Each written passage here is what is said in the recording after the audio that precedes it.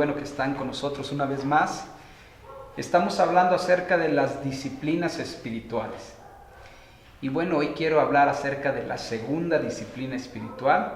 Yo sé que ustedes estuvieron viendo la primera disciplina espiritual, que fue la oración, y el contenido de la oración, como es la guerra espiritual, la intercesión, la adoración.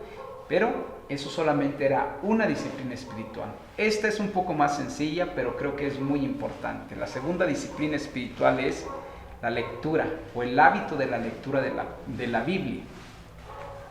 Ninguna disciplina espiritual es más importante que alimentarse de la palabra de Dios.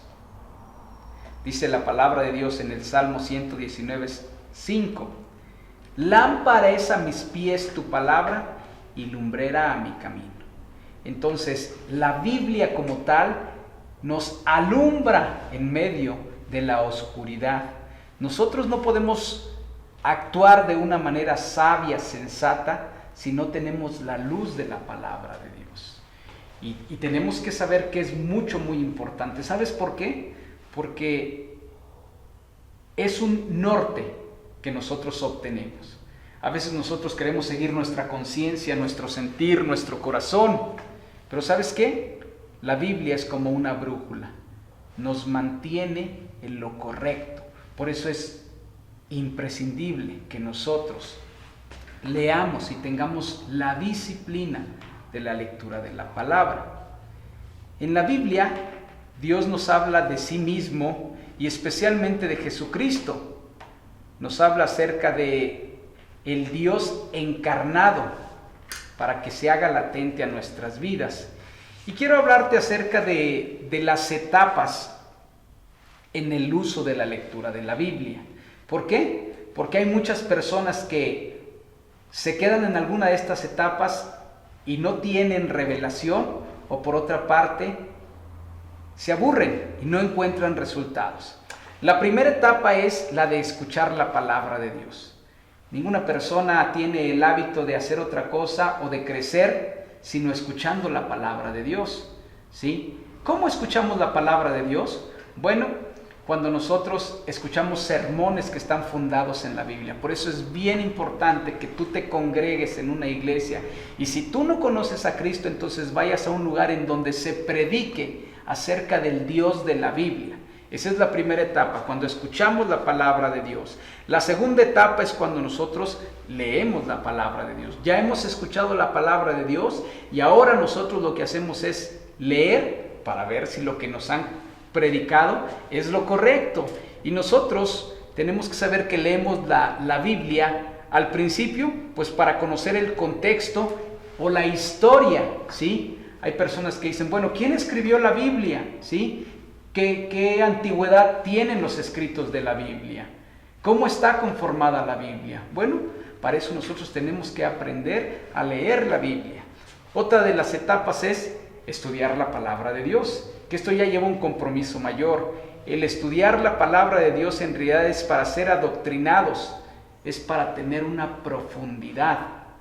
Cuando nosotros estudiamos la palabra de Dios de manera sistemática, entonces nosotros vamos siendo adoctrinados. Podemos decir que creemos algo porque hemos tenido un estudio sistemático de aquello que nosotros creemos. Por ejemplo, hay doctrinas como la salvación por gracia, la doctrina de la resurrección. Bueno, cuando nosotros estudiamos la palabra de Dios, profundizamos, no solamente en la lectura, que ya lo mencionamos, sino también en nuestro adoctrinamiento. Otra etapa es meditar la palabra de Dios. Y la meditación de la palabra de Dios es un poquito diferente al estudio de la palabra de Dios, porque la palabra de Dios nos adoctrina para poder nosotros saber en qué creemos. La meditación de la palabra de Dios es para sustituir nuestro pensamiento o nuestra filosofía de vida. Cuando nosotros meditamos la palabra no es otra cosa sino agarrar una porción de la Biblia y empezar en nuestro pensamiento a meditar en ella. Y entonces nosotros empezamos a deshebrarla y empezamos a hacer una serie de ilustraciones y profundizamos en la inspiración que tiene ese texto de la Biblia en nuestras vidas. El resultado es que muchas veces cambian nuestros conceptos. Hay conceptos seculares o que son mucho de filosofía de este mundo, que nos gobiernan. Por ejemplo, hay personas que piensan que la única manera de prosperar es endeudándose, ¿sí? Pero la Biblia dice, no debáis a nadie nada, porque el que debe se hace esclavo de a quien le debe. Y entonces la filosofía de este mundo dice que tú, para poder comprar cosas, tienes que endeudarte, porque es la única manera. Pero cuando meditas en lo que dice el principio de la Biblia, aprendes a confiar en Dios y entonces se sustituyen los conceptos. Por eso es muy importante la meditación de la palabra. No solamente el estudio para profundizar, sino la meditación para sustituir conceptos y filosofías de vida.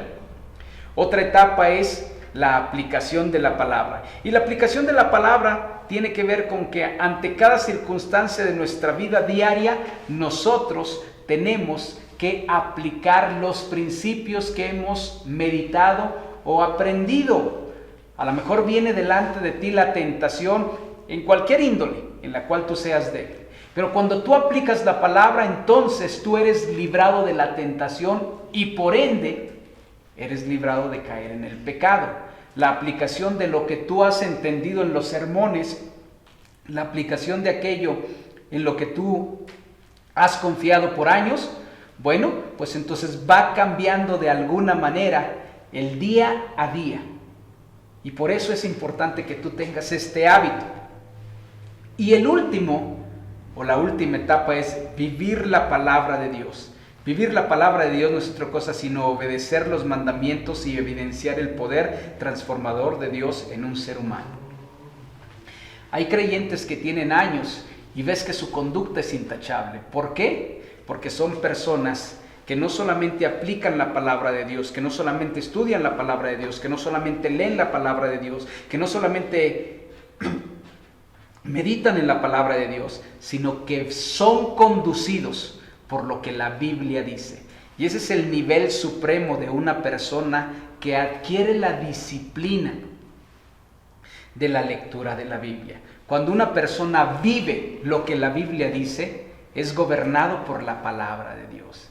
Y regularmente es una persona sabia que es irreprensible. No es perfecto, porque las intenciones del corazón nos pueden traicionar, pero sí es una persona que, siendo gobernado por la palabra de Dios, al vivirla, sus conductas evidencian qué es lo que crees, qué es lo que cree y a quién le sirve. Tenemos que entender lo siguiente. Fíjate bien lo que dice el libro de Hebreos capítulo 4, verso 12. Porque la palabra de Dios es viva y eficaz, y más cortante que toda espada de dos filos, y penetra hasta partir el alma y el espíritu, las coyunturas y los tuétanos, y discierne los pensamientos y las intenciones del corazón. La palabra de Dios tiene la capacidad para poder penetrar en lo más profundo de nuestro ser. Y cuando nosotros pensamos algo de acuerdo a nuestro conocimiento, o tenemos la intención de acuerdo a lo que hay en nuestro corazón, si la palabra de Dios gobierna nuestras vidas, entonces vamos a decir, eso está mal. A veces nosotros nos levantamos con una intención que es buena, pero viene la palabra que te gobierna y dices, no le da la gloria a Dios. Y entonces la palabra tiene ese poder. Por eso es importante esta disciplina, importantísimo. Otra parte de la Biblia dice en Romanos capítulo 12, verso 2, no te conformes a este siglo, sino transfórmate por medio de la renovación de tu entendimiento para que compruebes cuál sea la buena voluntad de Dios, agradable y perfecta. Cuando tú eres gobernado por la palabra de Dios, entonces estás sustituyendo la filosofía de este mundo.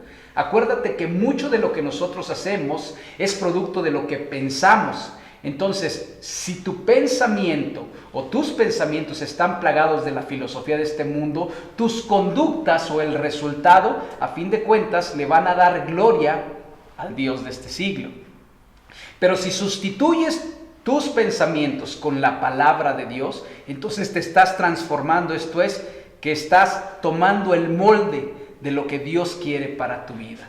Por medio de la palabra de Dios nosotros estamos renovando nuestro entendimiento y estamos sacando la filosofía de este mundo de nuestra mente y lo estamos sustituyendo para que el resultado sea que nosotros hagamos la voluntad perfecta de Dios. Entonces lo que para Dios es importante se vuelve algo importante para mí, por medio de la lectura o el hábito de la lectura de la palabra de Dios. Tienes que tener hambre de leer la palabra de Dios, tienes que pedir revelación de la palabra de Dios, pero sobre todo tienes que crear el hábito de leer la palabra de Dios, porque de otra manera difícilmente vas a poder tus conductas mejorarlas. Espero que sea de bendición este tema y sobre todo que para tu vida despierte hambre de querer aplicar esta disciplina. Me da mucho gusto poder saludarte, que Dios te bendiga, muchísimas gracias por seguirnos y bueno, pues nos vemos en la próxima. Hasta luego.